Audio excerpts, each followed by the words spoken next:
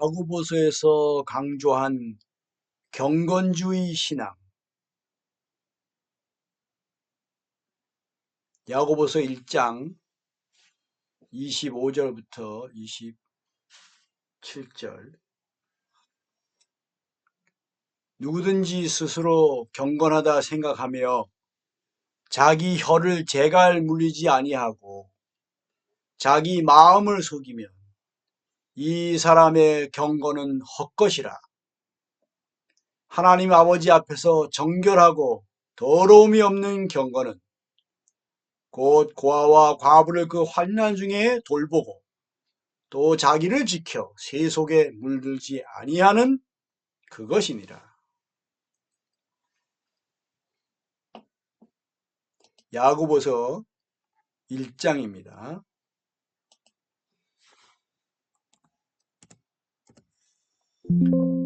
하나님과 주 예수 그리스도의 종 야고보는, 여기서의 야고보는 자신은 하나님과 주 예수 그리스도의 종이라고 소개하는데, 이 야고보는 예수님의 육신의 동생, 그 야고보입니다.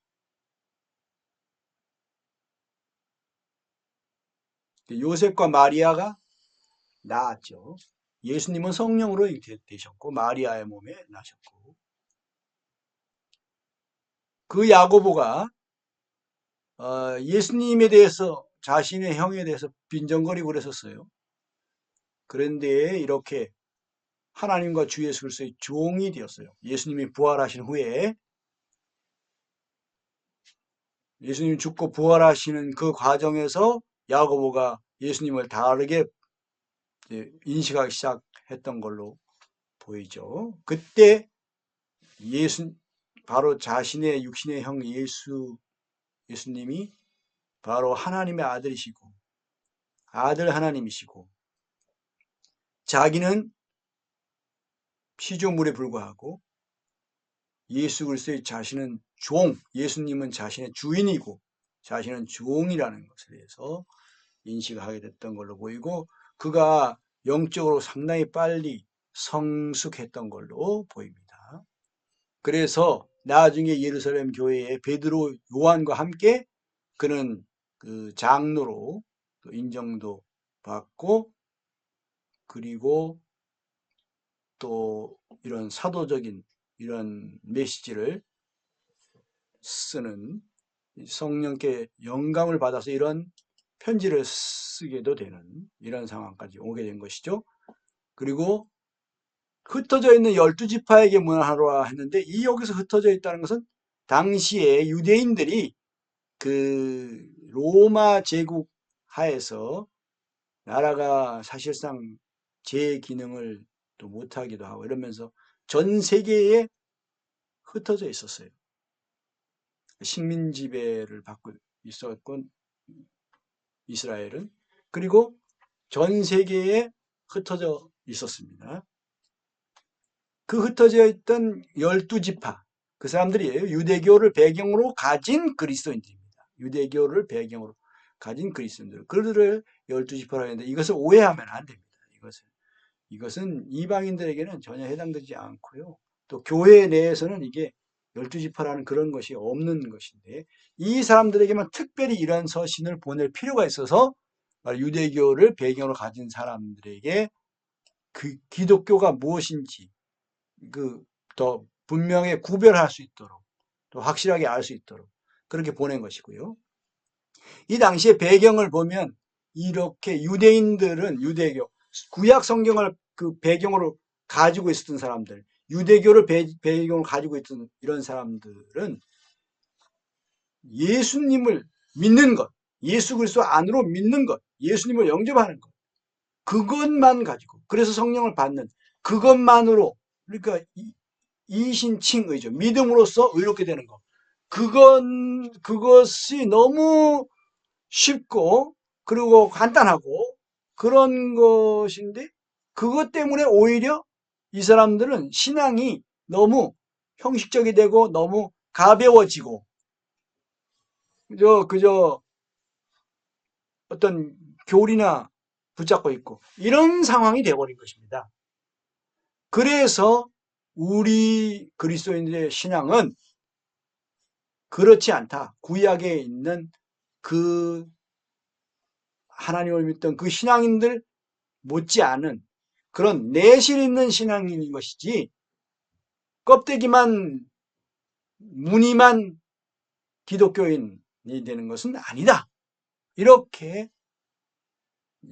그러한 내용들을 담아서 보내는 것인데 오늘 우리는 여기에 제목을 경건주의 신앙이라고 했습니다. 경건주의 신앙은 이 전체 내용이 그 경건주의자들 언제냐면 종교개혁 이후 한 100년 정도 지나서 경건주의라는 그러한 운동이 일어났어요. 이게 무엇이냐? 우리가 성경 말씀을 지켜 행하는 데다가 역점을 둬야 되는데 그렇지 않고 너무 막 교리 가지고 논쟁하고 그걸로 분열되고 그걸로 싸우고 그것에 너무 몰입돼 있다. 그것은 아니지 않느냐. 우리가 가야 할 길은 물론 중요하죠. 이 종교 개혁에 있어서 이러한 부분에 있어서 중요한 그 진리적인 이런 면에 있어서 성경대로 길을 가겠다는 이런 정통주의라든가 또 복음을 바로 전하고 그 믿음으로 구원 얻는 거, 그 복음주의, 그 다 중요해요. 그걸 거부하는 게 아니고 그걸 부정하는 게 아니란 말이죠. 그리고 종교 개혁의 그 정신, 오직 성경, 오직 은혜, 오직 믿음 좋단 말입니다. 오직 그리스도, 오직 하나님께 영광 좋다는 거죠. 그러나 그것을 끝이 아니라는 거죠. 그리고 우리는 거기에 오직 성령, 오직 사랑 이것이 더 들어가야 된다는 거, 그 추가해야 된다는 거 이런 것이 이제 우리가 또 보는 부분인데 거기에 이제 이 경건주의자들은 경건 이게 중요하다. 이 경건한 삶이 돼야 된다. 이 사람이 경건한 사람이 되고 삶이 경건한 삶이 돼야 되고 그거 하는 사업이 경건한 사업이 돼야 된다. 라는 사역, 경건한 사역이라고 할 수 있죠. 사업이 돼야 된다는 것에 대해서 분명하게 제시하고 있습니다. 오늘 우리는 야고보서 1장을 통해서 이러한 내용을 보게 될 것인데 이것에 대해서 우리가 집중해서 확실하게 생각을 갖게 된다면 이 신앙의 그 방향과 내용이 확 달라질 될 거예요. 물론 하루아침에 많이 달라지는 건 아니지만 방향성은 달라진다는 거죠. 그리고 이 목표가 달라지고 내가 이때까지 신앙생활을 너무 형식적이고 너무 내용이 없는 그리고 난 너무 세속적이었구나. 이런 것에 대해서 너무 세상과 구별이 안 됐구나. 분별이 안 되고 거룩하게 그런 것들에 대해서도 보게 될 것인데요. 이런 부분에 대해서 우리가 내 자신의 어떤 내적인 변화와 내적 성장, 내적인 그런 거룩한 열매, 성령의 열매, 또 성품의 열매, 이런 그 서로 사랑의 이런 열매, 이런 것들이 되어야 된다는 것입니다. 이게 야고보서 1장은 서론과 같은 내용이고, 서론과 같고, 2장, 3장, 4장은 본론과 같고, 5장은 결론과 같아요. 그러한 구조로 되어 있는 걸 볼 수 있는데, 오늘 우리는 이번 달에 지난 달에는 히브리서, 그리고 다음 달에는 요한계시록입니다. 12월 달에 마지막으로. 그런데 그 사이에 있는 11월은 야고보서, 베드로전서, 베드로후서, 요한일서, 요한이서, 요한삼서, 유다서 이렇게 7개 책을 이번 달에 우리 집중할 것이고요. 그래서 이번에 이제 이 야고보서 1장을 보게 되었는데 이 내용을 이번 주간에 야고보서 이번 주간에 이 1장뿐만 아니라 이 전체를 다 더 깊이 묵상하고 또 먹고 마시고 또 소화하고 또 깨닫고 또 체험하고 그러한 시간들이 되기를 바랍니다. 2절에 보면 이제 여기에 인내에 대해서 나옵니다. 2절부터 4절까지 인내. 내 형제들아 너희가 여러 가지 시험을 당하는, 여기 시험이 아니고 시련입니다. 시련. 고난입니다. 온전히 기쁘게 여기라. 이 단어가 이게, 이 시험이라는 단어가 이게 시련, 트라이얼, 그 다음 유혹, 템테이션, 템프트, 그리고 테스트, 시험보다. 이 세 가지, 이걸 그냥 다 시험이라고 막 번역을 해버렸어요. 그래서 맥락상 이거 이런 뜻이구나라고 우리가 이해를 해야 됩니다. 여기서는 시련의 의미입니다. 당하거든 온전히 기쁘게 여기라. 이걸 기쁘게 여기는 거예요. 이거 가지고 고민하고 또 침체되고 이러면 안 되고 또 위축되고 이래서는 안 된다는 겁니다. 왜 그러냐? 이는 너희 믿음의 시련이, 여기 시련이 나옵니다. 고난입니다. 시련, 고난. 너희 믿음의 시련이, 여기 정확하게 번역이 됐죠. 인내를 만들어내는 줄 너희가 압니다. 이거 알아야 돼. 근데 뭘 모르고 있으면 기쁘게 여기지 못하죠. 그리고 자꾸 피하게 되죠. 그래서 어떤 사람들은 이 자신의 그 환난에 입맞추라, 고난에 입맞추라, 이런 아니까 그런 말을 한 것이죠. 인내를 만들어낸다는 거죠. 그러면 예수님도 그 아들이시라도 받으신 고난으로 말미암아 온전하게 되었다고 그랬거든요. 그 고난이 없으면 무엇이 없는가? 영광이 없어요. 시련이 없으면 인내를 만들지 못해요. 시련은 인내를 만들고 고난은 영광을 이룬다. 그것에 대해서 우리가 좀 분명히 인식을 하면 압니다. 인식을 하면 이 시련이 올 때 그것을 피하려 하거나 그것으로 원망하거나 그것으로 침체되거나 그것으로 낙심하거나 그러지 않는다는 것입니다. 오히려 기쁘게 여길 수 있어요. 감사해. 그리고 소망을 갖게 돼. 이걸 인내를 이루기 위해서 이런 시련이 나에게 왔구나. 그러면서 인내를 이루게 됩니다. 인내를 만들어내는데 계속해서 만들어내고 그것이 점점 늘어가고 점점 쌓여가면 어떻게 되냐? 인내를 온전히 이루어 인내하는 사람이 돼. 그럼 이게 인내가 뭘까? 인내가 무엇에 대해서 인내하느냐? 자아에 대해서. 요 뒤에 보면 이제 나오는데 말하는 거, 성내는 거, 이것에 대해서 인내하는 거예요. 그럼 인내는 뭐냐? 그런 의미에서는 인내는 자아를 발설하지 않는 거. 자아가 나오지 않게 하는 게 그게 인내예요. 그 자아를 부전하는 거. 그리고 죽음 안에 머무르는 거예요. 내가 죽는 거예요.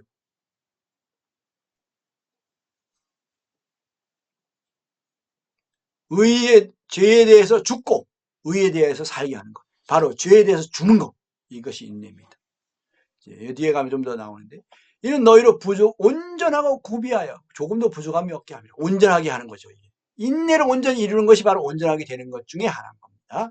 그래서 보면 이 온전하게 되는 것이 여기 3장에 가면은 이 말에 실수가 없는 자가 온전한 자라 그랬거든요. 말에 실수가 없는 거죠. 그러니까 인내가 뭐냐? 말을 하는 데 있어서 보면 많은 경우에 말에 그 사람 속이 다 드러나고 실패하고 말로 상처를 주고 말 때문에 많은 화를 불러오고 수치를 당하고 그렇게 되잖아요. 그래서 이 중요한 부분이 온전한 것과 중요해요. 인내와 온전히 같이 간다. 시련, 인내, 온전, 이 세 가지가 같이 간다는 것. 이것을 기억할 필요가 있습니다. 이제 5절부터 지혜에 대해서 나옵니다. 8절까지. 너희 중에 누구든지 지혜가 부족하거든 모든 사람에게 후히 주시고 꾸짖지 아니하시는 하나님께 구하라. 그리하면 주시리라. 첫째, 내가 지혜가 부족하다는 인식이 있어야 돼.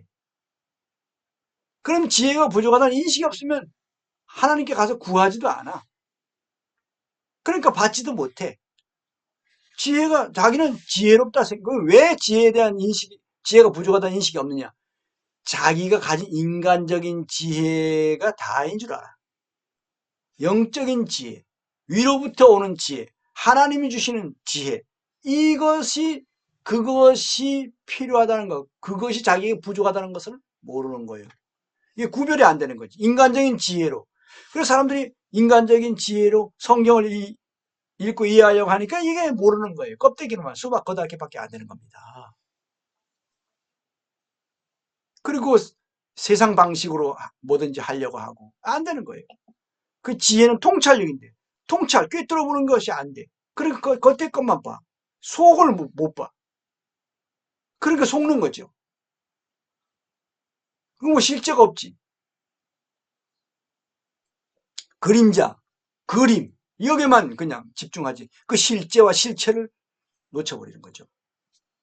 그러니까 새 언약도 모르고 옛 언약에 머무르고 성경을 읽어도 겉으로만 읽으니까 그 그리스도 안에서 그 수건을 벗고 읽어야 될 거 아닙니까, 성경을. 그런데 그리스도 안에 가서 수건이 벗겨지고 눈에 빈들이 벗겨지고 그렇게 성경을 바르게 읽어야 되는데 그러지 못하니까 속뜻을 모르고 겉의 내용만 아는 이런 일들이 있다 말이죠. 세상 사람들이 성경을 읽고 아는 거하고 그리스도인들이 성경을 읽고 아는 거하고 분명히 달라야 되거든요. 그런데 성경을 많이 읽었다고는 하는데 세상 사람들이 성경을 읽은 거하고 별 차이 없이 겉으로만 안다 이거예요. 이게 지혜가 부족한 거예요. 통찰력이 부족한 겁니다. 그래서 일단 부족한 걸 느껴야 깨달아야 그 다음에 모든 사람에게 후히 주시고 있지 아니하신 하나님께 구하게 되는 거죠. 하나님께 구해야 돼. 자기가 노력으로 되는 게 아니에요. 하나님께 구해서 얻어서 되는 것이지. 이 지혜는요. 자신이 지혜로워지려고 노력해서 되는 게 아니에요. 그리하면 주시리라. 그 슬기로운 지혜로운 다섯처녀 중요합니다. 지혜로운 다섯처녀가 되려면 바로 지혜를 구해야 돼. 그래서 받아야 돼. 하나님의 지혜, 또 영적인 지혜, 위로부터 오는 지혜, 하늘에 속한 지혜, 천국의 지혜인 거예요. 오직 믿음으로 구하고 조금 더 의심하지 말라. 문제는 이제 주실까 안 주실까? 과연 주실까? 왜냐하면 다른 기도도 응답을 안 해주신 경우가 있다 생각하니까 주실까 안 주실까? 과연 주실까? 의심한다. 이러면 끝난 겁니다. 이미 못 받아요. 바람에 밀려 요동하는 바다 물개 같은. 저도 전에 과거에 믿음 신앙생활 초기에 성경이 뭐 잘 이해가 안 되고 그런 상황에서 어느 날 이 말씀을 대해서요. 그러면서 그렇구나. 내가 이게 하늘로부터 오는 이 지혜, 하나님 주시는 이 지혜, 영적인 지혜 이것이 부족하구나. 그것을 인식하게 됐어요. 이 말씀을 통해서. 그 야고보서 그때 읽으면서. 그러다가 구하기 시작했어요. 지혜를 주십시오. 그래서 제가 어느 날부터인가 성경이 열리기 시작하고 성경에 대해서 이해하기 시작하고 성경에 이 짝이 맞춰지고 균형이 잡히고 이게 막 되는 거예요. 그게 열리는 거예요.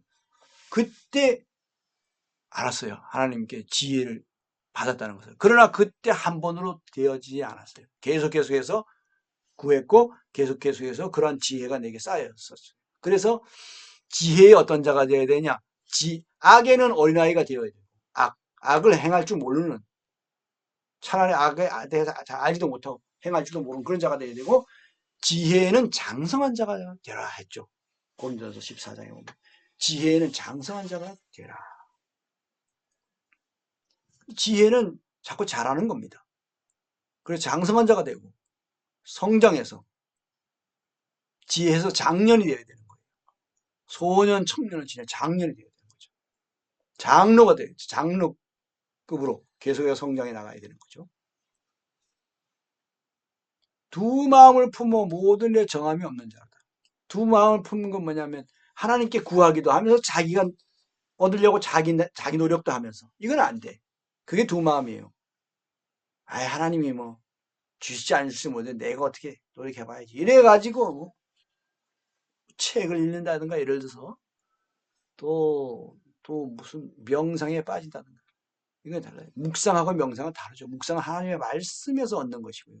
명상은 그냥 생각을 비우는 거예요. 어두워지는 거, 어들명체. 그건 다르죠. 그런데 많은 사람들이 명상을 가져와가지고 무슨 관상기도니 하면서 그거는 묵상하고 달라요. 묵상은 말씀으로 적셔지는 거예요. 근데 명상, 관상, 이건 관상이라는 건 뭔가 그림을 자꾸 그리는 거예요.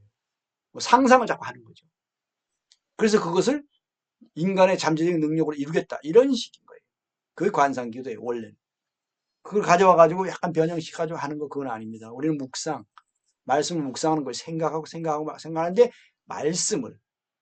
그러니까 말씀만 가지면 안 되고 생각을 자꾸 거기에 고정시키고 생각이 그 깊이 들어가고 반복하고 생각으로 해서 통해서 감정과 의지에까지도 그 말씀이 들어오고 나를 내 마음을 내 말씀이 머물고 마음을 지배하고 마음을 정복하고 마음을 주장하고 이렇게 돼야 되는 것이죠. 그게 묵상입니다. 낮은 형제는 자기 높음을 자랑하고 이제 여기는 이제서부터는 부에 대해서 나옵니다. 인내, 지혜, 그 다음 여기에 부, 빈부에 대해서 나와요. 근데 우리는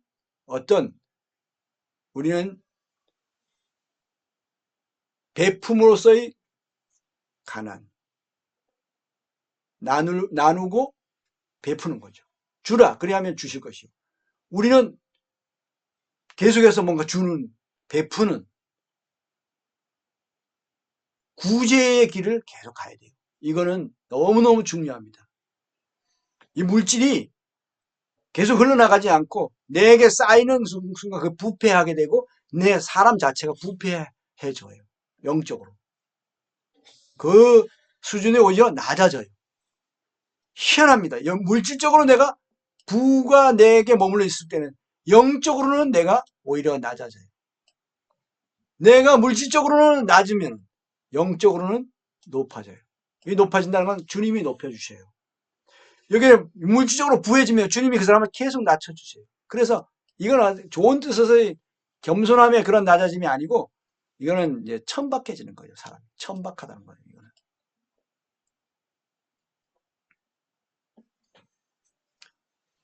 부한 자는 자기의 낮아짐을 자랑하지. 오히려 그런데 뭐냐? 차라리 이렇게 부한 자는 이것을 자랑으로 삼아야 돼요. 이게 계속해서 내 부가 계속 나간다는 거. 많이 나가고 있다는 거. 그걸 오히려 자랑해야 돼요. 이 가난한 형제는요. 오히려 많이 나감으로 인해서 주님이 자신에게 영적으로 더 많은 것을 채워주셨다는 거. 물질적으로 많이 나감으로 해서 대신 영적으로 채워주셨다는 그것을 오히려 감사하고 자랑해야 돼요. 자랑으로 여기게 된다. 그것입니다. 물질이 많이 나간 만큼 영적으로 채워지는 면이 분명히 있습니다. 그걸 놓치지 말아야 돼요. 그건 체험으로 알아요. 그 말로만 듣고는 몰라요. 그게 뭔 소린가. 자기가 체험해보면 알아요. 물질이 나가면 영적으로 채워주셔요. 기쁨. 거기에 진정한 만족. 거기에 복, 행복. 거기에 그 즐거움. 거기에 그 영광. 이게 채워주세요. 그 자리에. 물질이 내 속에서, 내게 있는 물질이 나간 만큼 내게 영적으로 채우신다는 거.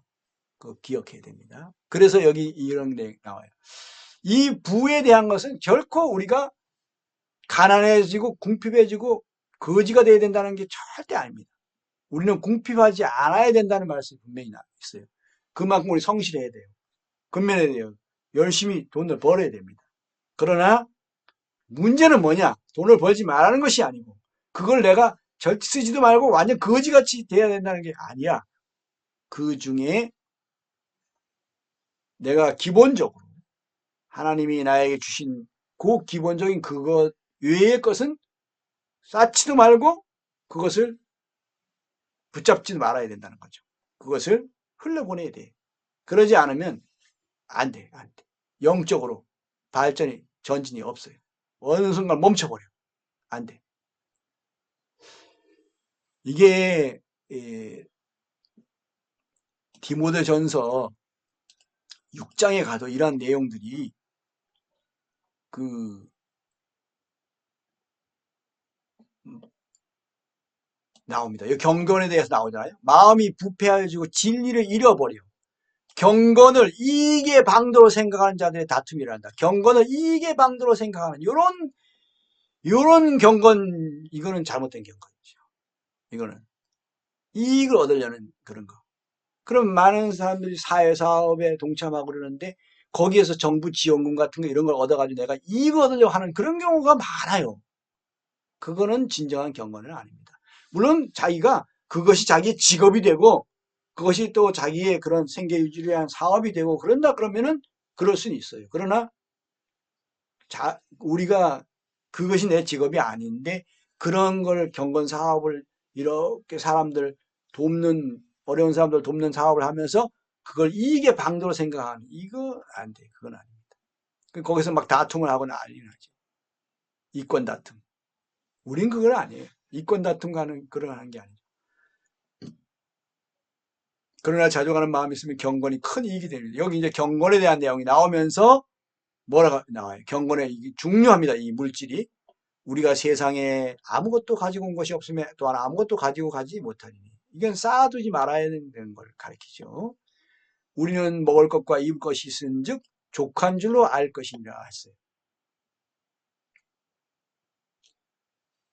이제 여기서 이것은 우리가 과거에는 또 자식들이 있고 그러니까 자식들 물질로 키워가지고 또 자식들이 나중에 또 부모를供養하고 이래서 그걸로 먹고 살고 이게 이제 가능했는데 또 교회에서 그 혼자 된 그 여인들을 또 그 경제적인 부분을 책임지고 그러는 부분이 과거에 교회에도 있었는데 성경에는 근데 이게 이제 안 되는 상황에서 지금 시대에는 그러면 나중에 자기가 노후에 일할 수 없을 때 먹는 거 그런 것까지 어느 정도 준비해 놓는 것은 그거는 필요하다고 보여요.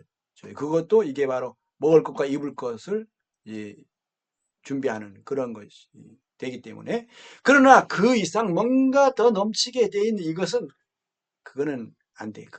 그거는 보세요. 부하려 하는 자들은 이거 보세요.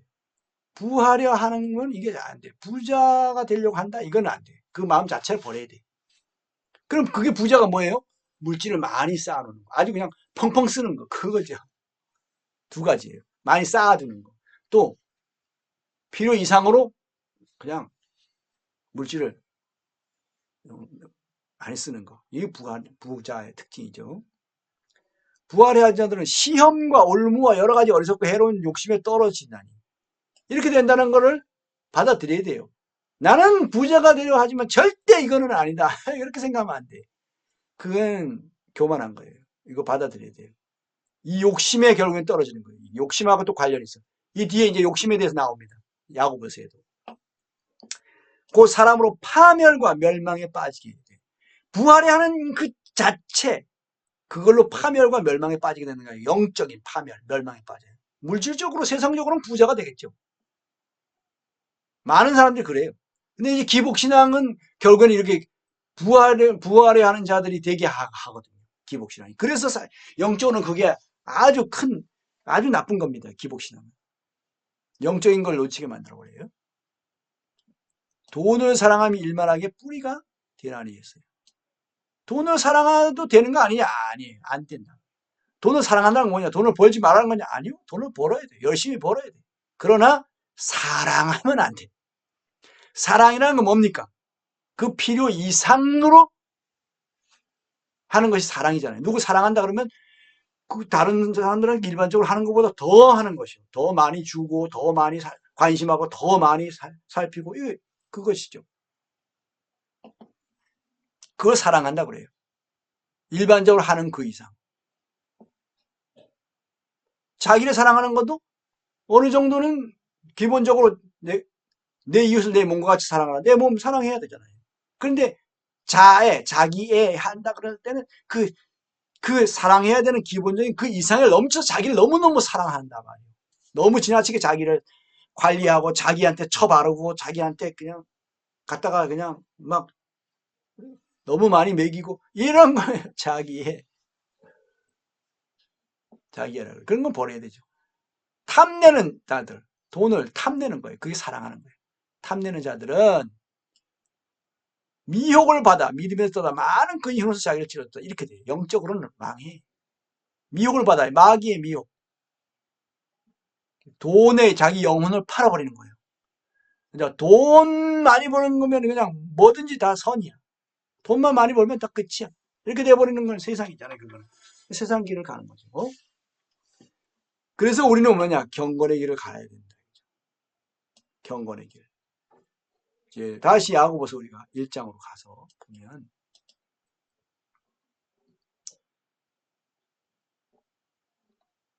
낮은 형제는 자기의 높음을 자랑하고 부한 자는 자기의 낮아짐을 자랑하지. 이는 그가 풀의 꽃과 같이 지나갑니다. 풀의 꽃과 같아요. 죽었을 때 그 모습 봐요. 그건 뭐예요? 그 다 남은 돈 다 그건 뭐예요? 그것 때문에 싸움 나고 그것 때문에 자식들이 그냥 예? 다 원수지고 이런 경우 얼마나 많아요. 돈 남아가지고 많아가지고. 그래서 어떤 사람은 세상에서도 자기 재산을 자녀들한테 물려주지 않고 그냥 사회에 환원시켜버리잖아요. 그걸 오히려 세상에서도 참 좋은 일이라고 생각하고 대단하다고 생각하고 그러죠. 근데 우리가 그리스도인이 그런 길을 못 간다? 그건 기복신앙 때문에 그런 거예요. 잘못된 거죠. 해가 돋고 뜨거운 바람이 불어 풀을 말리면 꽃이 떨어져 그 모양의 아름다움이 없어지나니 부한 자도 그 행하는 일 이와 같이 쇠잔하리라. 영적으로 이렇게 됩니다. 이렇게 돼요. 그 다음 이제 여기에 인내에 대해서 다시 한번 또 나오고요. 시험을 참는 자는 여기도 시험이 아니에요. 시련이에요. 시련. 시련을 참는 자는 복이 있나니 이는 시련을 견디어낸 자가 주께서 자기를 사랑하는 자들에게 약속하신 생명의 면류관을 얻을 것이기 때문이다. 시련을 잘 참고 견뎌내야 돼. 견뎌내야 돼. 견뎌낸다는 것은 한 번 하는 게 아니죠. 두 번, 세 번 계속해서 계속 이 시련을 참는 거죠. 많은 고난, 많은 아픔, 많은 손실, 이런 것들을, 많은 박해, 이런 것들을 잘 참아내는 겁니다. 그 시련이에요. 시련을 견뎌낸 자가 생명의 면류관을 얻습니다. 이건 이기는 자가 되는 것을 뜻해요. 시련을, 그것을 참는 거, 견뎌낸 거. 여기 인내가 다시 나오죠. 그런데 여기는 뭡니까? 여기는 욕심 이제 나와요. 요건 구별을 하는 거예요. 요거는 이거하고 이 시련과 이 유혹하고를 구분하는 겁니다. 여기 이게 다른 단어입니다. 이게. 사람이 시험을 받을 때 요거는 영어로는 temptation. 요거는 유혹이에요. 다 유혹이에요. 여기는 trial과 관련돼요. 시련, 단련 이런 거예요. 두 단어는 13절은 다릅니다. 사람이 시험을 받을 때, 유혹을 받을 때, 미혹당할 때 내가 하나님께 시험을 받는다 하지 말지. 하나님은 악에게 시험을 받지도 아니하시고 친히 아무도 시험하지 아니하시는 거예요. 그러니까 유혹하지 않으신다 하나님. 유혹을 받지도 않으시고 유혹을 받지 않는다. 속임을 당하지 않으신다는 것은 엄청난 겁니다. 절대 속임 당하지 않는다. 하나님은요. 다 아신다는 거죠. 속임을 당하지 않는다. 많은 사람들이 속임을 당하는 거잖아요. 그래서 틀리게 되는 거죠. 친히 아무도 시험도 안 해. 그럼 뭐냐면 유혹을 하지 않으셔요. 하나님. 절대. 유혹하는 건 뭡니까? 유혹하는 건 뭡니까? 그 사람을 잘못되게 하는 거예요. 그 사람을 망가뜨리는 게 유혹이에요. 하나님은 결코 사람들을 의도적으로 망가뜨리거나 하시지 않는다는 거. 오직 각 사람이 시험을 받는 것은, 여기서 미혹되는 것은 자기 욕심에 끌려 미혹되는, 이게 이제 욕심과 미혹이 나오는 거예요. 욕심을 버려야 돼요. 이게 자아의 이 욕심이 뭡니까? 이기심과 연결되죠? 이기심. 다른 사람한테 더 많이 도와주고자 하는 마음의 욕심은 아니에요. 그건 이기심이죠. 자기한테 더 많이 얻으려고. 자기가 어떻게 해서 자기가 뭘 더 얻으려고 하는 거. 탐내는 거. 남의 것을 그걸 갖게 된 것을 기뻐하지 못하고 그걸 내가 가지려고 어떻게든 뺏어서 내가 더 많이 가지려고. 이게 욕심이죠. 이기심과 관련된 거예요. 자아에서 나온 겁니다. 그건 사랑과 반대죠. 자기의 욕심, 자기의 이 유익을 구하지 않는 거. 이게 사랑이잖아요. 욕심은 욕심을 자기의 유익을 구하는 거, 이기심. 욕심에 끌려 미혹된다는 거죠. 욕심이 있으면 미혹돼. 욕심을 버리면 마귀가 미혹할 일이 없어. 내가 뭔가 얻으려고 하다 보니까 사람을 속이게 되고, 또 내가 뭔가 꼼수를 부리게 되고, 또 거짓말을 하게 되고, 이렇게 되는 거예요. 그래서 이 욕심을 버리지 못하면, 욕심을 이기지 못하면, 욕심이 잉태한 즉 죄를 낳고, 결국엔 죄를 낳아요. 죄가 장성한 즉 사망을 낳아요. 사망은 분리를 뜻합니다. 분리. 하나님으로부터 분리돼. 교제가 끊어져. 시작은 뭐예요? 욕심. 자아를 부인하지 않는 거예요. 욕심이 속에서 일어나는데 그걸 버려야 돼. 속에서. 자기를 부인하는 거예요. 그런데 그 욕심을 그냥 받아들여. 그러니까 죄를 낳아요. 거짓말도 하게 되고, 속이게 되고, 다른 사람을 해하게 되고, 모함하게 되고, 이런 일들이 생기는 겁니다. 비판하고, 깎아내리고, 이게 죄를 짓는 거죠. 그게. 다른 사람에게 손해를 끼치고, 죄를 짓는 겁니다. 그게. 그러면서 내 사랑하는 형제들하고 속지 말라. 여기 속지 마라. 그러면서 이 뒤에하고도 연결되죠. 온갖 좋은 은사와 온전한 선물이 다 위로부터 빛들의 아버지께로부터 내려오나니 그는 변함도 없으시고 회전하는 그림자도 없으시니 하나님이 주시는 거하고 하나님이 주신 은사와 선물 그것만을 바라야 되는데 그것 이상의 것을 내가 어떻게 해가지고 탈취하려는 것이 욕심이죠. 하나님이 주신 게 있어요. 내가 열심히 일해서 내가 버는 거, 정당하게 버는 거, 그것조차도 내가 내 거라고 주장하고 그렇게 할 수 없고 하나님 주신 거를 감사하고 또 하나님 원하시는 곳에 보내고 하는 건데 하나님이 나에게 주시는 건요 내게 필요한 만큼만 내가 쓰는 것이지 나에게 물질을 많이 주셨다고 해도 그걸 내가 다 가지라고 주신 게 아니에요. 나에게 필요한 만큼만 쓰는 것이 주님이 원하심이에요. 하나님 원하심이에요. 그런데 그것을 내가 더 그 이상을 하려는 거 그건 합당치 않아요. 그렇다고 우리가 항상 너무 철저하게 절약만 해가지고 거지처럼 살아야 되는데 그건 아닙니다. 그런 변함도 없으시고 회전하는 그림자도 없으시니라. 변질이 안 돼. 하나님은. 변질이 안 돼요. 배신하지 않아요. 중요한 말씀 중에 하나. 그가 그 피조물 중에 우리로 한 천열매가 되게 하시려고 했어요. 한 천열매. 이게 중요합니다. 하나님의 뜻은 나를 천열매가 되게 하시는 것이다. 그래서 자기의 뜻을 따라 진리의 말씀을 우리를 낳으셨는데 사람들은 그냥 하나님의 자녀가 되게 하기 위해서 그것이 최종 목적인 것으로 착각해. 그래서 나는 이제 하나님의 자녀가 됐으면 이제 다 된 거야? 이렇게 생각해. 어떤 면에서는 뭐 하나님의 자녀가 되면 뭐 다 된 것이지 뭐 다른 게 뭐 필요한 게 뭐 있어요. 그렇죠? 그렇게 보일 수 있잖아요. 그러나 최종적인 목표는 아닙니다.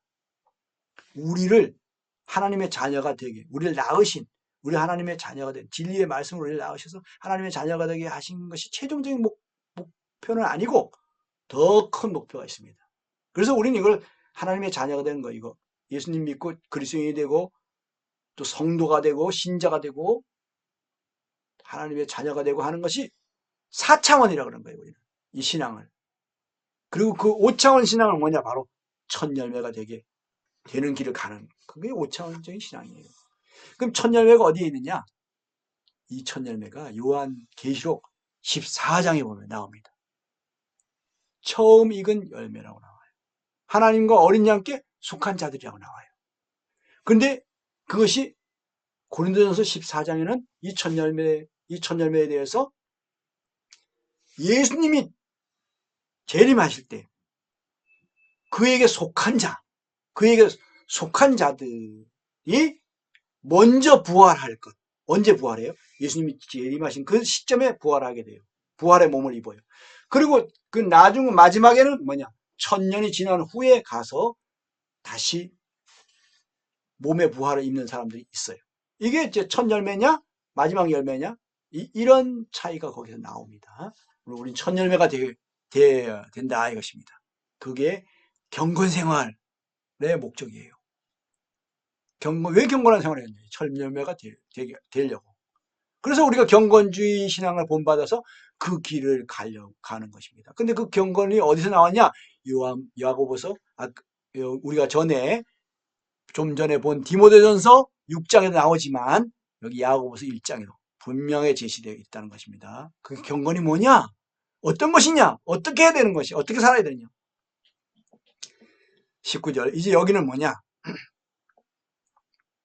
하나님의 의를 이루는 것이 나와요. 이게 또 경건입니다. 하나님의 의를 이루는 거. 하나님의 의를 이루는 거. 이게 경건이에요. 내 사랑하는 형제들아 너희가 알지니 꼭 알아야 되는 것인데 뭐냐? 사람마다 듣기는 속히 하고 말하기는 더디하며 성내기도 더디하다. 그래 하나님의 말씀을 듣는 데 있어서 우리는 하나님의 말씀을 성령님의 음성을 듣는 그런 것에 대해서 더 주의를 기울여야 돼. 그리고 어떤 사람이 나에게 말해도 그 사람이 무슨 소리를 하는지 내가 들으려고 해야 되는데 어떤 사람은 듣지는 않고 자기 말만 말이라고 하는 사람들이 많아요. 그러니까 딴소리가 자꾸 나오지. 그리고 말하기도 더디해야 돼. 이게 말하기도 더디하고 성령이 더디하라는 것은 다른 말로는 이게 자로부터 나오는 것이냐 아니면 새 사람으로부터 나오는 것이냐 옛 사람으로부터 나오냐 새 사람으로부터 나오냐 내가 하려고 하는 말이 그것을 살피라는 것입니다. 그러니까 더뎌지는 거예요. 시간이 걸리는 거예요. 바로바로 말하지 않고 그것에 대해서. 그 다음에 성내는 것. 이게 내 감정이 내 자존심 상해가지고 감정적으로 나는 화를 내는 거냐 아니면 이게 성령님이 속에서부터 거룩한 분노로 내는 거냐 이것에 대해서 분별하라는 겁니다. 결국엔 이거는 자신을 부인하는 거예요. 그리고 성령을 따라 행하는 것이고 그리고 주님께 순종하고 주님을 본받는 것입니다. 이게 듣기는 속히 하고 말하기는 더디하며 성령으로 더디하라. 이것은 사람의 이렇게 될 때 어떻게 되겠어요? 이거는 인내하게 되는 거죠. 속에 자아가 말하는 걸 내가 그걸 포기하는 겁니다. 그러니까 이 말을 안 하는 거예요. 말을 잘 안 하는 거예요. 필요한 말만 하는 거죠. 불필요한 말 막 하다 말이 많으면 실수가 많아지고 거기에 상처 주는 말도 있고 거기 거짓말도 나오고 거기에 뭐 과장하는 말도 나오고 거기에 뭐 또 왜곡하는 말도 나오고 비난하는 말도 나오고 그렇게 될 수가 있는 거예요. 그 자아로부터 그 말이 나올 때 우리 그런 실패들이 많이 있잖아요. 사람이 성내는 것이 하나님의 의를 이루지 못합니다. 이거는 자존심에서 상해서 나오는 화 이런 거는 사람들을 상하게 하고 하나님의 의를 이루기는커녕 자기 의만 이루지 하나님의 의는 자기 속에 쌓여가지 못해요. 손상이 돼요. 그러면 어떻게 해야 되냐 우리는. 모든 더러운 것과 넘치는 악을 내버리고 이걸 먼저 버리는 게 필요해요. 이걸 안 버리고 자꾸 얻으려고 하니까 안 돼. 모든 더러운 거 넘치는 악을 버려야 돼. 근데 버리기만 하고 가만히 있으면 안 돼. 너희 영혼을 능히 구원할 바 마음에 심어진 말씀을 온유함으로 받으라. 이 두 가지가 같이 가야 됩니다. 이게 시편 1편에 있는 내용이 여기에요. 딱 한 절에 또 시편 1편이 요약됐다 할 수 있어요. 모든 더러운 것과 넘치는 악을 버리고 버려야 돼. 안 버리면은 많이 얻지 못해요. 조금밖에 못 얻어. 많이 버릴수록 많이 얻어요. 그러나 버리기만 하면 안 돼. 또 적극적으로 받아야 돼. 말씀을 받아야 돼. 온유함은 열린 태도, 적극적인 이런 뜻입니다. 너희 영혼을 능히 구원할 바. 여기 영혼은 혼의 구원과 관련 있는 말씀입니다. 영의 구원하고는 좀 다른 말씀이에요. 너희 혼을 능히 구원할 바. 마음에 심어진 말씀을 온유함으로 받으라. 마음에 심어진 말씀도 있어야 되는데 말씀을 가까이 하지 않는데 어떻게 말씀이 마음에 심어졌겠어요. 근데 또 심어진 만큼 또 그것을 어떻게 온유함으로 받아들여야 돼. 생각에는 심어져 있는 생각은 되는데 말씀을 마음에 받아들이지 못하면 어떻게 되냐. 내 인격으로 받아들이지 못하면 행하는 자가 안 돼.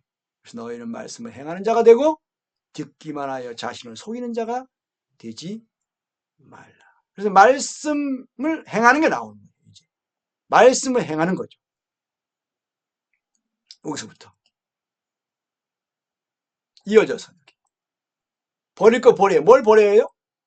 자, 죄, 자, 모든 더러운 것과 넘치는 악, 이게 다 죄, 자, 육체, 세상, 마귀, 여기에서 온 것, 이런 것을 내가 분별하고 이걸 버려야 되는 것이죠. 이걸 시편 1편에서는 뭐라 그러냐? 보겠습니다. 시편 1편에서는 복 있는 사람은 어떤 사람이냐? 악인들의 꾀를 따르지 아니하며, 이게 돼야 돼요. 근데 악인들의 꾀를 따라가고 있어? 그러면 안 되는 거예요. 그러면. 그 다음에 죄인들의 길에 서지 아니하며, 이게 죄인들의 길에서 떠나야 돼. 근데 계속 죄인들의 길을 세상 길로 가고 있어. 세상 가치관으로 따라 살아. 그런데 그게 뭐고? 아무것도 안 돼. 영적 성장이 되지 않아요. 오만한 자들이 자리에 앉지 않아요. 오만한 자들, 교만해서 하나님의 은혜를 받지 못해. 교만하면은. 그런데 뭘 받겠다는 거예요? 그런데 이게 이런다고 됩니까? 오직 여호와의 말씀을 즐거워하여, 즐거워할 수도 없고, 그의 율법을 주야로 묵상하는다. 주야로 묵상도 안 되고, 묵상해도 안 되는 거예요. 앞에 있는 거, 이게 비워진 만큼 들어오는 것인데, 비워지지 않은 상태에서 채우려고 하니 되나, 그게. 손에다 뭘 잔뜩, 손에다 쥐고, 더 좋은 걸 받으려고 하니까, 이게 뭐 되겠습니까, 그게. 그렇게 될 때, 그는 시냇가에 심은 나무가 철을 따라 열매를 맺으며, 그 잎사귀가 마르지 아니함 같으니, 그가 하는 모든 일이 다 형통하리. 이건 만사, 세상적으로 볼 때 만사 형통이 아니고, 하나님의 뜻이 그 사람 통해서 이루어진다. 이런 의미를 받아들이죠. 모든 일이. 그가 하나님 뜻대로 하는 모든 기도가 다 응답된다. 그렇게 받아들여야 됩니다. 다시 야고보서 1장 21절로 가서 보면 모든 더러운 것과 넘치는 악을 내버리고, 이것이 중요합니다. 너희 영혼을 능히 구원할 바 마음에 심어진 말씀 온유함으로 받으라. 시편 1편 앞부분 그 말씀이죠. 너희는 말씀을 행하는 자가 되고 듣기만 하여 자신을 속이는 자가 되지 말라. 말씀 행하는데 이거 주의를 기울인 거. 이게 뭡니까? 이게 여기 21절부터 27절까지 이게 경건주의의 그 핵심입니다. 그래서 경건주의자들은 말씀을 묵상하는 시간을 갖습니다. 마음에 심어진 말씀을 온유함으로 받는 거예요. 그리고 혼의 구원의 길을 가는 겁니다. 구원을 이루는 것이죠. 고린도 후서 4장에 있는 것처럼 구원을 이루는, 그리고 고린도 후서 3장에 구원에 이르는, 영광으로 영광에 이르는 그 영광을 이루는, 두렵고 떨림으로 너희 구원을 이루라. 빌립보서 2장에 두렵고 떨림으로 너희는 나 있을 때뿐 아니라 나 없을 때도 두렵고 떨림으로 너희 구원을 이루라. 그 영광을 이루는 것과 맥락을 같이 하죠. 이 21절부터 27절까지가 경건주의 그 근거 말씀입니다. 경건주의 신앙의 근거 말씀이에요. 그래서 말씀을 온유함으로 받기 위해서 묵상의 시간을 갖는 거죠. 말씀에 많은 시간을 보내는 거예요. 너희는 말씀을 행하는 자가 되고, 이게 행하는 거예요. 말씀 행하는 데다가 초점을 맞추는 것이 경건주의입니다. 듣기만 하여 자신을 속인 자가 되지 말라. 계속 듣기만 해, 듣기만 해, 듣기만 해. 행하진 않아. 많이 들었는데 행하진 않아. 그건 자기 기만입니다. 자기 기만적인 신앙이 되기가 쉬워요. 생각해 보십시오. 본인의 신앙이 어떠한지. 자기가 몇 프로가 이런 자기 기만적인 신앙인지 한 80%가 그럴 수도 있어요. 그리고 말씀을 행하는 건 한 5%도 안 될 수도 있어요. 어찌하든 내가 어떤 손해를 보든지 박해를 받든지 따돌림을 당하든지 이단 시비에 심지어 휘말리든지 나는 하나님의 말씀을 따라가겠다, 이런 것이 있고 그 말씀대로 행하겠다라는 것이 있을 때 하나님의 말씀과 예수님의 증언 때문에 목배임을 받는 그 정도까지 우리가 가겠다. 그렇게 될 때 그 경건하게 살고자 하는 자는 박해를 받으리라. 무릇 경건하게 살고자 하는, 그래서 그게 경건하게 살고자 하는 게 박해를 받는 거예요. 말씀대로 행하려고 하기 때문에. 23절. 누구든지 말씀을 듣고 행하지 아니하면 그는 거울로 자기 생긴 얼굴을 보는 사람 같아서 제 자신을 보고 가서 그 모습이 어떠했는지 곧 잊어버리니까. 이건 망각. 잊어버릴 거 잊어버려야 되는데 말씀을 결국에는 잊어버리게 돼요. 그걸 잃어버려. 그걸 자꾸 행해야 그 말씀이 내게 또 남아 생생하게 돼요. 욕심이 잉태한즉 죄를 낳고 죄가 장성해서 사망을 하느냐. 이 말씀을 그대로 행해서 내가 이건 욕심을 부리면 안 된다. 이게 욕심이구나. 이걸 버려야 되는 거야. 딱 내려놓는 거예요. 이렇게 될 때 그 말씀을 점점 체험하고 그 말씀이 내 안에 점점점 세력을 얻고 그 말씀이 점점점 내게 더 풍성해지고 영의 양식이 또 되고 하는 거예요. 25절. 이제 자유롭게 하는 율법, 온전한 율법이 있어요. 이것은 요한복음 8장에 따르면 이건 진리입니다. 진리. 근데 이걸 진리를 뭐예요? 거기는 주님의 너희가 내 말에 거하면, 내 말씀 안에 거하면 라고 예수님 말씀하시는데 여기는 들여다보고 있는 자. 들여다보아야 된다는, 계속 봐야 돼. 들여다본다는 건 뭡니까? 주목하는 거예요. 주목은 뭡니까? 눈을 아주 쏟아 넣는 거예요. 눈을 쏟아 넣어. 마음을 쏟아 넣는 거예요. 집중하는 거죠. 그리고 계속해서 많은 시간을 보내는 거예요. 이게 들여다보고 있는 겁니다. 그걸 주님은 뭐라고 했냐면 너희가 내 말에 거하면 라고 이렇게 말씀하셨어요. 그럼 뭘 알게 된다고요? 진리를 알게 된다고 했어요. 진리가 너희를 자유롭게 하리라. 그 자유롭게 하려 하는, 이 자유롭게 하는 온전한 율법이에요. 그래서 다른 말로는 진리입니다. 예수님이 하신 말씀 진리. 여기는 야고보서는 이걸 자유롭게 하는 온전한 율법이라고 했어요. 이 율법은 뭐냐? 십자가에서 끝난 그 율법하고 다른 겁니다. 이 마태복음 5장에 보면 내가 선지자나 율법이나 선지자나 폐하러 온 줄로 생각하지 마라. 폐하러 온 것이 아니요 완전하게 하려 하심이라 하는 그 완전하게 하신 면, 진리적인 면과 윤리적인 면, 이런 거는 완전하게 하신 거예요.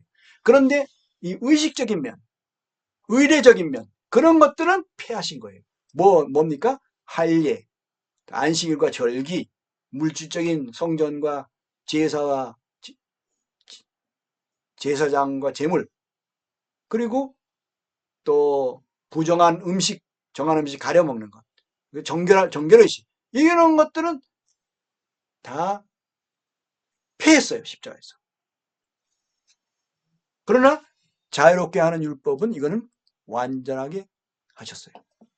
완성해 주신 것이고, 이걸 뭐냐? 예수님은 진리라고 말씀하신 거예요. 진리를 알게 될 것이다. 주님의 말씀 안에 거하면.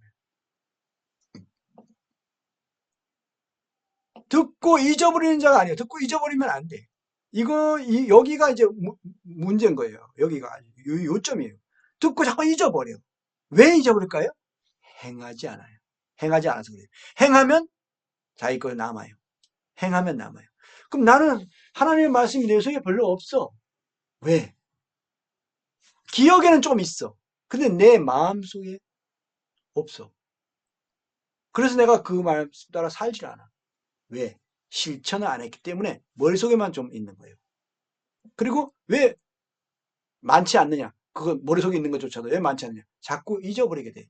왜? 실천하지 않으니까. 그리고 행하면요. 내 몸이 기억해. 몸으로 기억하는 거예요. 잘 잊어지지 않아요. 이 사람은 그 행하는 일에 복을 받으리라. 복 있는 사람. 복이 있나니. 심령이 가난한 자는 복이 있나니. 애통하는 자는 복이 있나니. 이 복이 있는 거예요. 온유한 자는 복이 있나니. 온유가 나오죠. 말씀을 받아들이고 적극적으로. 그게 온유한 거예요. 따뜻하고 부드러운 면이 있지만 또 받아들이는 거예요. 소음 같은 거 따뜻하고 부드러운 데는 물이 잘 스며들잖아요. 잘 받아들이는 거예요. 근데 아무거나 받아들이는 것이 아니라 하나님의 말씀에 대해서 온유한 것이죠. 누구든지 스스로 경건하다 하며 자기 혀를 제갈 물리지 아니하고. 그러면 여기 말씀을 듣고 실천하는 것, 자유롭게 하는 온전한 율법을 계속 들여다보는 것, 이게 묵상이에요. 우리 묵상이라고 표현하긴 해요. 생각을 고정하는 거. 영의 생각은 생명과 평안이다. 영의 성령의 일을 생각하는 거죠. 말씀을 듣고 행하는 것, 듣고 실천하는 것. 이것이 경건주의 신앙의 중요한 것, 핵심이라는 거, 실천. 그리고 누구든지 자기 스스로 경건하다 생각하며 자기 혀를 재갈 물리지 아니하고 자기 마음을 속이는 것. 이 사람의 경건은 헛것이요. 경건은 껍데기는 있어.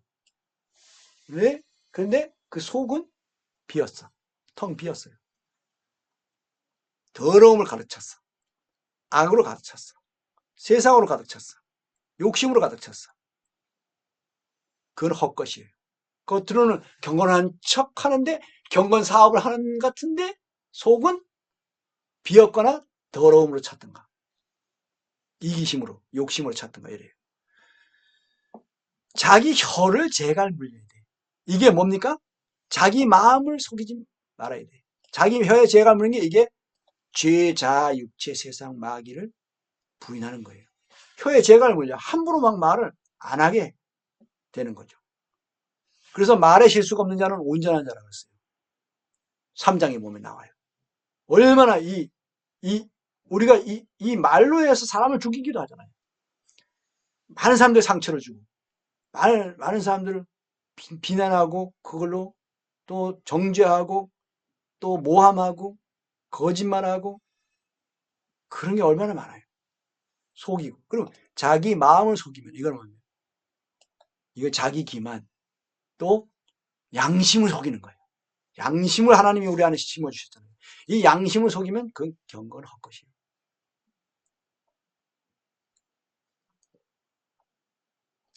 그리고 또 다른 면에서 하나님 아버지 앞에서 정결하고 더러움이 없는 경건. 그러니까 참된 경건이고 하나님이 인정하시는 경건. 상 받는 경건인 것이죠. 하나님께 영광이 되는 그런 경건은 고아와 과부를 환난 중에 돌보고 이웃사랑을 실천하는 겁니다. 우리가 과거에는 이 선교, 전도와 선교가 목적이고 이웃사랑은 수단으로만 행했었어요. 그런데 어느 날부터 이것이 수단이 돼서는 안 된다. 물론 수단이 되는 면도 있죠. 이것이 목적이 될 때. 그러나 수단만 되면은 이것이 어느 날 전도와 선교 목적에 이게 안 맞는다고 할 때는 그냥 이웃사랑을 그냥 포기해버리는 이런 경우가 생긴다는 거죠. 그건 아니에요.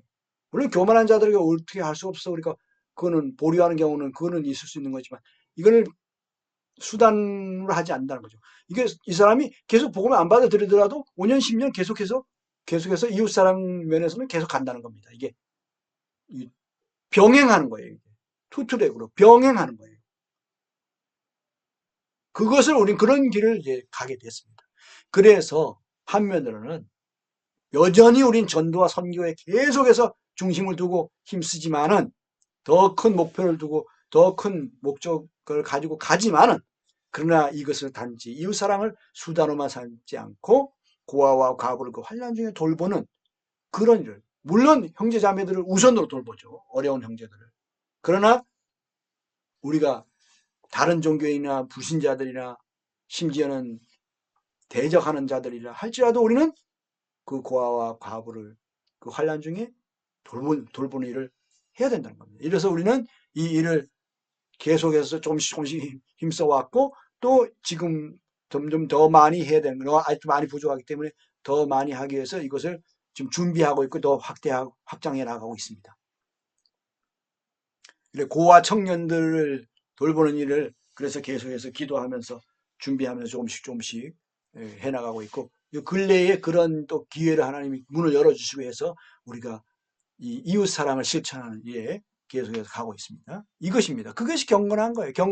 경건주의의 길을 간다는 것은 그 길도 가는 겁니다. 말씀을 단지 묵상하고 말씀을 행하고 그것만이 아니라는 겁니다.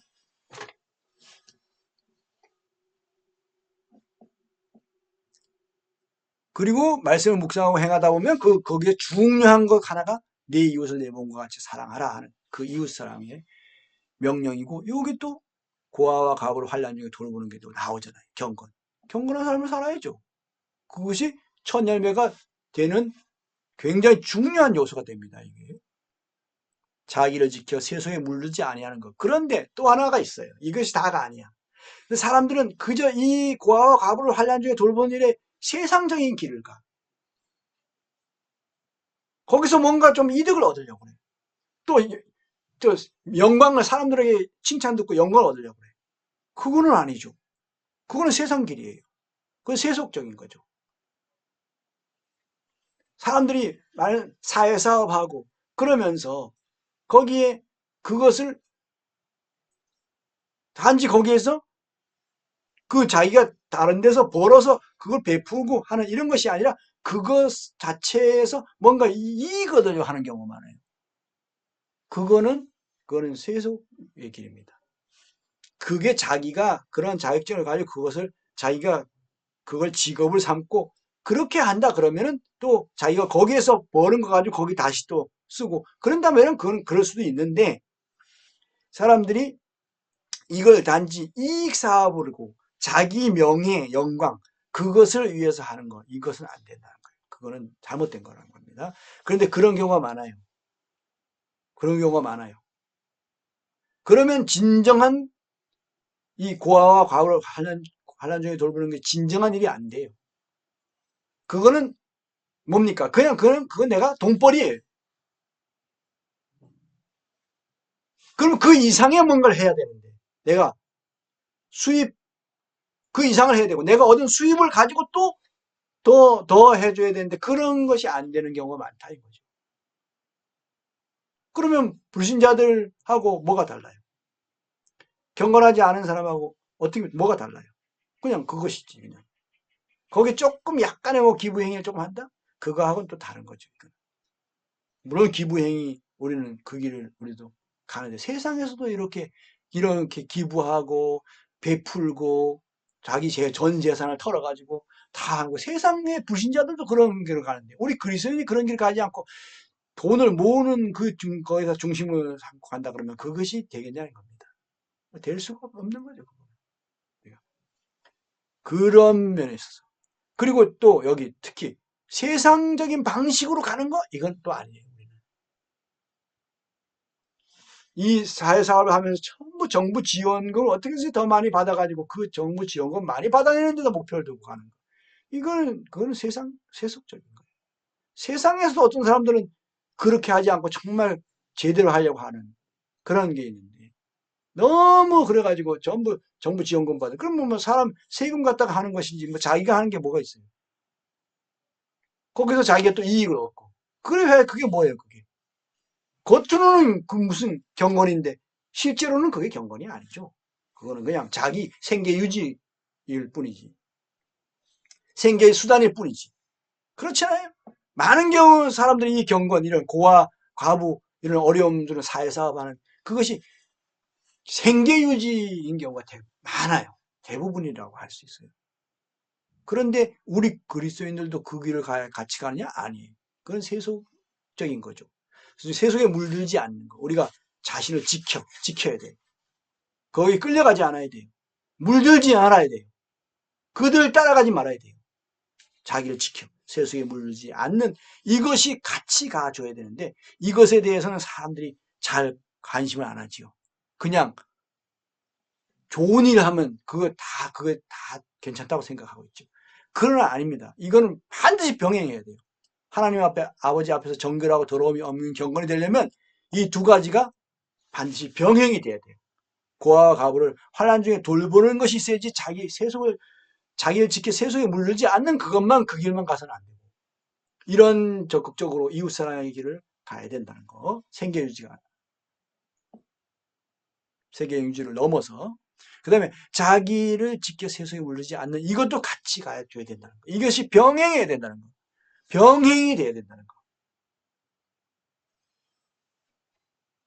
이건 아주 중요한 그리고 전도 선교와 이 이웃사랑, 이 경건이,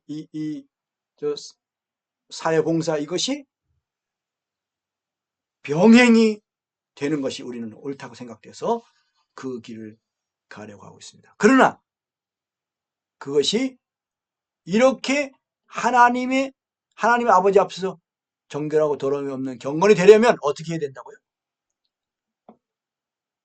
자기 혀를 제갈 물려야 돼. 자기 마음을 속이지 말아야 돼. 양심적이어야 돼. 그리고 자기 혀를 제갈 물려야 돼. 자기를 부인하고 이 말에 있어서 실수가 없고 심지어 말로 죄를 짓지 말아야 되고 잘못하지 실패를 하지 말아야 될 뿐만 아니라 실수조차도 하지 않을 정도. 말에 실수가 없는 자는 온전한 사람이라고. 그 길을 우리는 또 가야 되는 거죠. 그렇게 되면 어떻게 돼요?